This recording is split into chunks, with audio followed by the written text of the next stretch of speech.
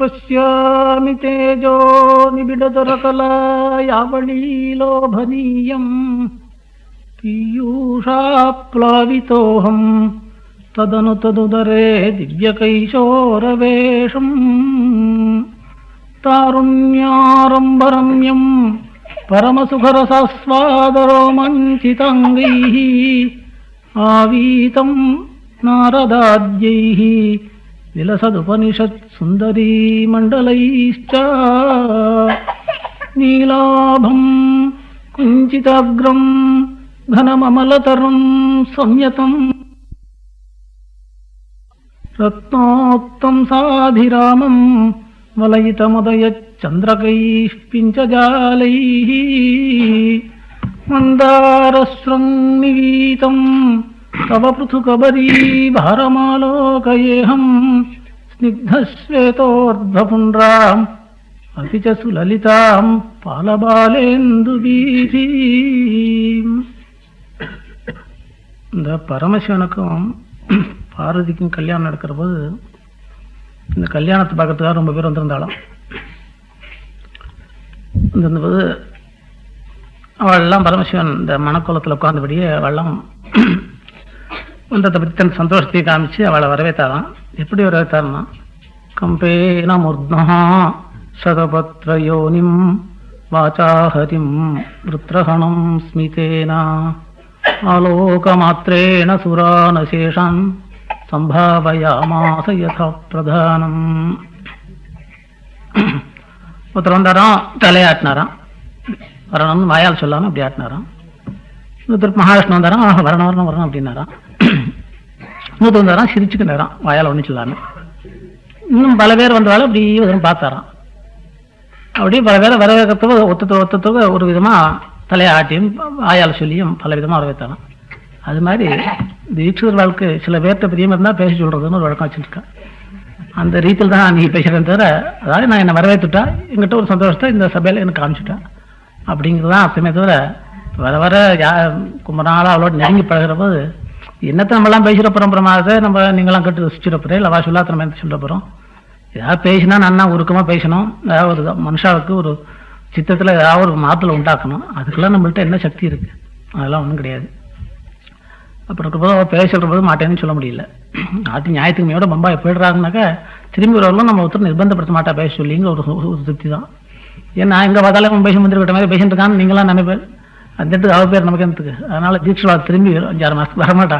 அதனால் இந்த மாதிரி இடங்களை மாட்டின்னு ஒன்றும் வாங்க வேண்டாம், பேர் வாங்க வேண்டாம்னு நினச்சிட்டு தேவை. நான் பேசினா எந்த பேசணும், பக்தி பகவான் நாமா இதெல்லாம் பற்றி எனக்கு ஒன்றும் மண்டையில் ஏறதே கிடையாது. நானும் பகவான் நாமெல்லாம் பண்ணி தான் பார்க்குறேன். அதெல்லாம் 2 நிமிஷத்துக்கு மேலே ஒன்றும் நிற்க மாட்டேங்குது. பக்தின்னு கோயிலுக்கு தான் போய் பார்க்குறேன். அது மனசுக்கு ஏதாவது கஷ்டம் வர காலத்தில் இந்த கஷ்டம் நீங்கணுங்கிறதுக்காக 2 நிமிஷம் 3 நிமிஷம் எல்லாம் பக்தி உண்டாடுறத தவிர அதெல்லாம் தாரையாக ஓட மாட்டேங்குது. அது என்னமோ கலியில் என்னமோ பகவான் நாம போகிறோம் அப்படின்னு பல பேர் பிரச்சாரங்கள்லாம் பண்ணிட்டு வரா.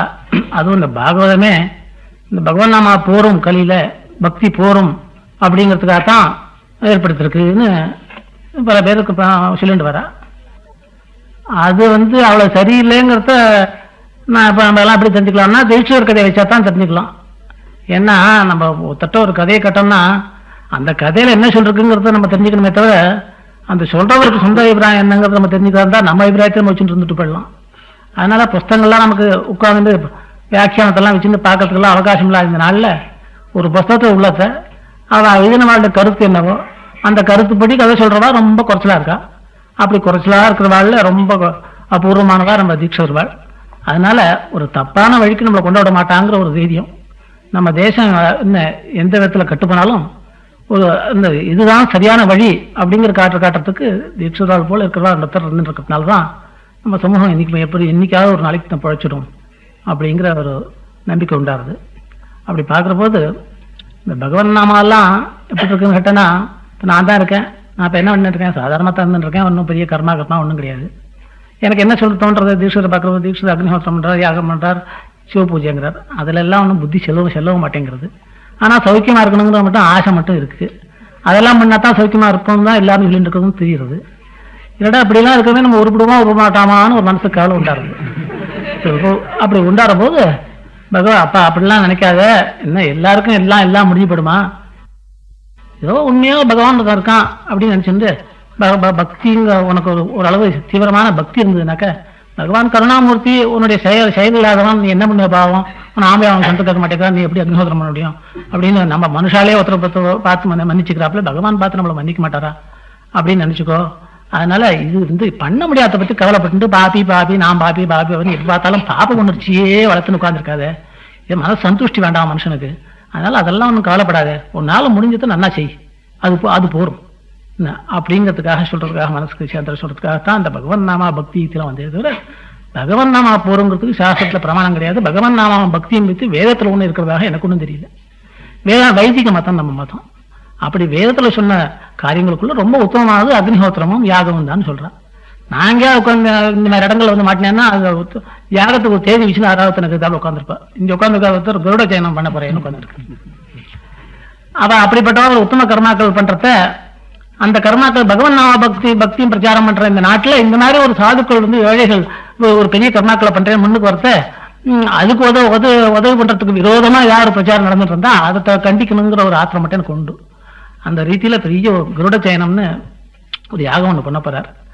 அதை பத்தி திட்டுவாள் அப்படின்னு 2 நாள் பாக்கி இருக்கிறப்போ அதை பத்தி அதனோட பெருமையும் யாகத்தின் பெருமையும் நிறைய சொல்லி அவ நன்னா யாகம் நடக்கிறதுக்கு வேண்டிய அளவுக்கு ஆதரவு கொடுத்து போட்டோம்னா, அந்த யாகத்துல போடுற பணம் இருக்க அதுதான் நம்மளை காப்பாத்துமே தவிர நம்ம ஒரு சொந்த புத்தினாலையும் ஜபத்தினாலையும் தபத்தினாலையும் காப்பாற்றக்கூடிய அளவுக்கு நமக்கு எல்லாம் விவேகம் இல்லை. அதனால ஏதோ கையில இருக்கிற காசை நல்ல காரியத்துல கொண்டு போட்டாங்க, ஏதோ அது வந்து திரும்பி நமக்கு அந்த காசும் வந்துடுறது, சௌக்கியமும் வந்துடுறதுங்கிறது எங்க அனுபவம். அந்த ரீதியில ஏதோ நல்ல காரியங்கள் நிறைய பணம் கொடுக்கணும்னு பிரார்த்திச்சுக்கிட்டு என் பேச்சு நடத்துகிறேன்.